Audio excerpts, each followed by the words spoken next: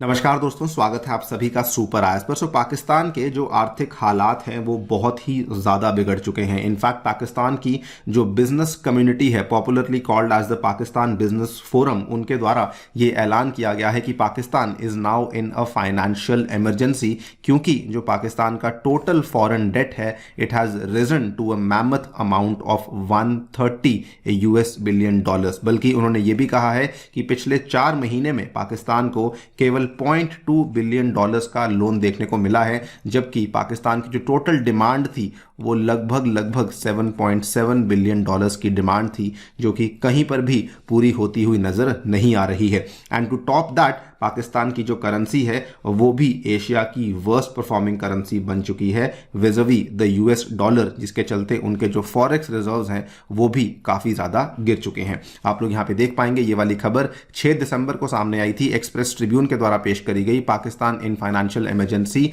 बल्कि इन्होंने कहा है कि अगर गवर्नमेंट के द्वारा मार्केट पॉलिसी को रिस्ट्रक्चर नहीं किया गया, अगर करेंसी को स्ट्रेंथन नहीं किया गया, तो उस केस में हालात बहुत ज़्यादा बिगड़ सकते हैं। यहाँ पर भी आप देख पाएंगे सियासत डेली के द्वारा इसको कवर किया गया, Pakistan is in financial emergency, और यहाँ पर स्टेटमेंट दिया गया है कि Pakistan economy continues to slump despite the resumption of the much awaited International Monetary Fund program, और फाइनेंस मिनिस्टर इशक दार must announce a clear policy on the rupee to ease the pain of traders and to save the industries। और अगर हम currency की बात करें तो आपके सामने ये वाली न्यूज कटिंग है, पाकिस्तानी रुपी is Asia's worst performing currency during 2022, because यहाँ पर आप देख पाएंगे कि पाकिस्तान का जो रुपी है वो डॉलर के संदर्भ में लगभग 16.5% डेप्रिशिएट करा है। बाकी कोई भी एशिया में आने वाली करेंसी का इतना ज़्यादा बुरा हाल देखने को नहीं मिला। अगर हम इंडियन रुपी की बात करें तो ये अप्रॉक्सीमेटली यहाँ पे 4.8% के आसपास हमें गिरावट देखने को मिली है,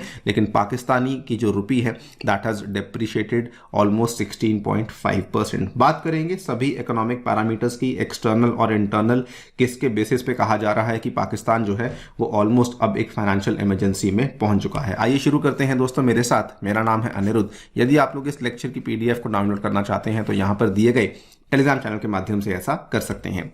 राइट, तो सबसे पहले अगर हम लोग बात करते हैं इन्फ्लेशन और अनएम्प्लॉयमेंट के बारे में, तो इन्फ्लेशन और अनएम्प्लॉयमेंट को लेकर जो आंकड़े सामने आ रहे हैं वो ये हैं कि पाकिस्तान में जो इन्फ्लेशन है वो 47 ईयर हाई को टच कर चुकी है। इतना ज़्यादा महंगाई पाकिस्तान ने आज से पहले 1975 में देखी थी, और जो कंज्यूमर प्राइजेज हैं they have risen almost 27.26% last month from a year earlier. हालांकि इन्फ्लेशन थोड़ी सी नीचे आई है, लेकिन बहुत ही कम हमें यहाँ पे स्लो डाउन देखने को मिला है, 27.03% पे अभी चल रही है। But still yes we can say कि इन्फ्लेशन जो है वो पाकिस्तान में 27% से ऊपर ही देखने को मिल रही है। पिछले महीने रिपोर्ट सामने आई थी IMF की, जिसमें कि उन्होंने बताया था कि अनएम्प्लॉयमेंट जो है पाकिस्तान में ये और बढ़ने वाली है, और इन्फ्लेशन भी उनका ये मानना है कि आने वाले टाइम में कम नहीं होने वाली है, बढ़ने वाली है। उसके पीछे रीजन ये है कि जो फ्लड्स का डेटा था उसको अभी तक आपने इंक्लूड नहीं किया है। फ्लड्स के बाद जो पाकिस्तान के हालात हैं वो काफ़ी बिगड़ चुके हैं, and once you include that data तो उस केस में टोटल इन्फ्लेशन शायद 30% के आंकड़े को भी क्रॉस कर सकती है। इसी चीज़ को लेकर यहाँ पे कहा गया है कि हालात इतने बिगड़ चुके हैं, high inflation, unemployment and low profitability continue to plague the business community, and despite that government के द्वारा जो इलेक्ट्रिसिटी कंसेशन है उसको हटा लिया गया है, बल्कि जो डीजल और पेट्रोल के प्राइस हैं उसको बढ़ा लिया गया है। Adding to their miseries, the government is considering imposing GST, which are all negative indicators for the country's economy। पर देखिए, inflation and unemployment is not the worst part. The worst part is कि पाकिस्तान की जो domestic currency है it has been adjudged as the worst performing currency in Asia. मैंने आपको पहले ही बताया कि the Pakistani rupee has depreciated almost 16.5% with respect to the US dollar since December 31st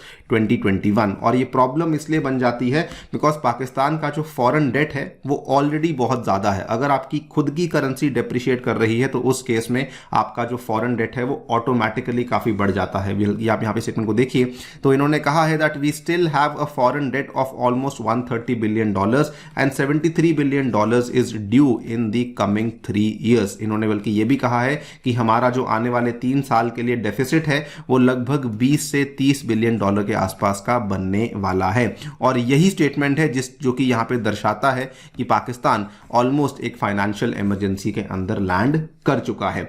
अब इस चीज को आपको देखना है with the Pakistani forex reserves. तो अगर पाकिस्तान के पास फॉरेक्स रिजर्व्स अवेलेबल नहीं है तो वो किस तरीके से अपने फॉरेन डेट को चुकाएगा, ये समझ के बाहर है। बिकॉज जो पाकिस्तान के फॉरेक्स रिजर्व्स हैं ये बहुत गिर चुके हैं, they are around of $7 billion, और ये केवल और केवल पाकिस्तान का 1.1 मंथ्स के आसपास का इंपोर्ट कवर करते हैं, जो कि बहुत ही कम है। और इसका भी अगर आप डेटा देखें तो पिछले महीने की बिगिनिंग में 4 नवंबर का जो हफ्ता खत्म हुआ था उसमें पाकिस्तान के total forex reserves were at $8 billion, और वही आंकड़ा अभी गिरते गिराते $7 बिलियन पे पहुंच चुका है।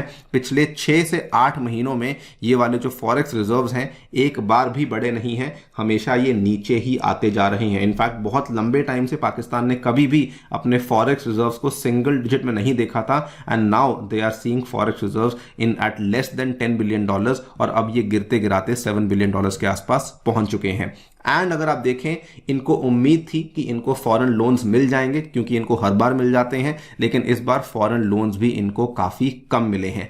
जब ये वाला वित्तीय वर्ष शुरू हुआ था तो शुरुआत में इनको फॉरेन लोन्स मिल रहे थे, China, Saudi Arabia, even IMF और वर्ल्ड बैंक इनको फॉरेन लोन्स दे रहे थे। लेकिन पिछले 4 महीनों में जुलाई, अगस्त, सितंबर, अक्टूबर 2022 में पाकिस्तान को केवल $0.2 बिलियन के फॉरेन लोन्स अवेलेबल करवाए गए हैं। चाइना ने जो $4.2 बिलियन का फॉरेन लोन अप्रूव किया था, जो कि मार्च 2022 वाली खबर है, वो वाला फॉरेन लोन अभी तक चाइना के द्वारा उसका रोल ओवर देखने को नहीं मिला है। यानी कि उन्होंने कमिटमेंट तो कर दी थी लेकिन उसका जो फाइनल इंप्लीमेंटेशन है वो देखने को नहीं मिला है। इफेक्टिवली जो पाकिस्तान की टोटल रिक्वायरमेंट्स थी $7.7 बिलियन लोन की, वो अभी भी पूरी देखने को नहीं मिल रही है। एंड साथ ही में जो IMF का रिव्यू था पाकिस्तान का, वो भी यहाँ पे अटका हुआ है बिकॉज उसमें स्टेलमेट चल रहा है। IMF is very very clear कि जब तक आपको जो एक्सटर्नल क्रेडिटर्स हैं वहां से एश्योरेंसेज नहीं मिल जाती हैं, जब तक आपकी जो इंटरनल इकोनॉमी है वो ठीक नहीं हो जाती है, हम लोग यहाँ पे आपके साथ जो अगला ट्रांश हमने रिलीज करना था उसको हम लोग रिलीज नहीं करेंगे। आप यहां पे देख पाएंगे the IMF's 9th review is still pending, which is very critical for the disbursement of the $1 billion tranche and will subsequently simplify acquiring additional funding from other multilateral and bilateral lenders. इसके पीछे एक बड़ा कारण यह भी है कि पाकिस्तान की जो इंटरनल इकोनॉमी है उसके हालात काफी खराब चल रहे हैं। टैक्स रेवेन्यूज का हालात काफी खराब चल रहा है, इंडस्ट्रियल प्रोडक्शन के जो नंबर्स हैं वो काफी खराब चल रहे हैं। ऑल इन ऑल, बल्कि यहाँ पे इंडस्ट्री एक्सपर्ट्स का ये कहना है कि ओवरऑल जो सभी के सभी नंबर्स हैं दे हैव गॉन हेवायर। कोई भी फिगर ऐसी नहीं है जो कि IMF को इंप्रेस कर सके, जिसके चलते IMF यहाँ पे पाकिस्तान के साथ बातचीत करने में ही इंटरेस्टेड नहीं है। बहुत सारी वरीसम कमेंट्री हमें पाकिस्तान से देखने को मिल रही है। जस्ट आपके सामने एक उदाहरण पेश कर रहा हूं। देयर इज अ पर्सन जो कि कराची में एक इंडस्ट्रियलिस्ट हैं। इन्होंने कहा कि even in my 27 years of experience I have never witnessed such deterioration. How can anyone inject capital into such an uncertain market? इन्होंने कहा था कि we are very very worried because इनको भी ये लग रहा है कि जो सिचुएशन है वो पॉलिटिकली और इकोनॉमिकली दोनों ही बहुत ज्यादा हमें बिगड़ी हुई देखने को मिल रही है। सो क्लियरली पाकिस्तान के जो हालात हैं वो सुधरने का नाम नहीं ले रहे हैं। Month on month we are seeing कि उनकी जो इकोनॉमी है वो और ज्यादा डाउनटर्न लेती जा रही है, और अब केवल एक IMF की टॉक्स ही हैं जो कि इनको बचा सकती हैं। लेकिन IMF टॉक्स भी तभी स्टार्ट होंगी when Pakistan internal economy shows some signs of recovery and they also need assurances from their creditors, mainly China and Saudi Arabia. तो जब तक ये इंटरनल और एक्सटर्नल लेवल पे हमें ये रिकवरीज देखने को नहीं मिलती हैं, एश्योरेंसेस देखने को नहीं मिलती हैं, तब तक जो IMF की बातचीत है पाकिस्तान के साथ वो शुरू नहीं हो पाएगी। बाकी जो भी होगा आपके सामने हम लोग पेश करेंगे। जाने से पहले साथ ही बताना चाहूंगा कि टेक्स्ट बुक आपके लिए लाया है विंटर सेल, जिसमें कि आपको पूरा का पूरा UPSC कोर्स मिल रहा है मात्र 24,000 रुपए में, अगर आप लोग मेरा कूपन कोड यूज करते हैं अनिरुद्ध, और इसमें आपको 4 मंथ की एक्स्ट्रा सब्सक्रिप्शन भी अवेलेबल करवाई जा रही है। इसमें आपको GS courses, subject courses, optional courses और साथ ही में मेरे द्वारा बनाया हुआ जो डेडिकेटेड साइंस एंड टेक का कोर्स है वो भी अवेलेबल करवाया जाएगा। Thank you so much for listening, stay tuned and stay safe.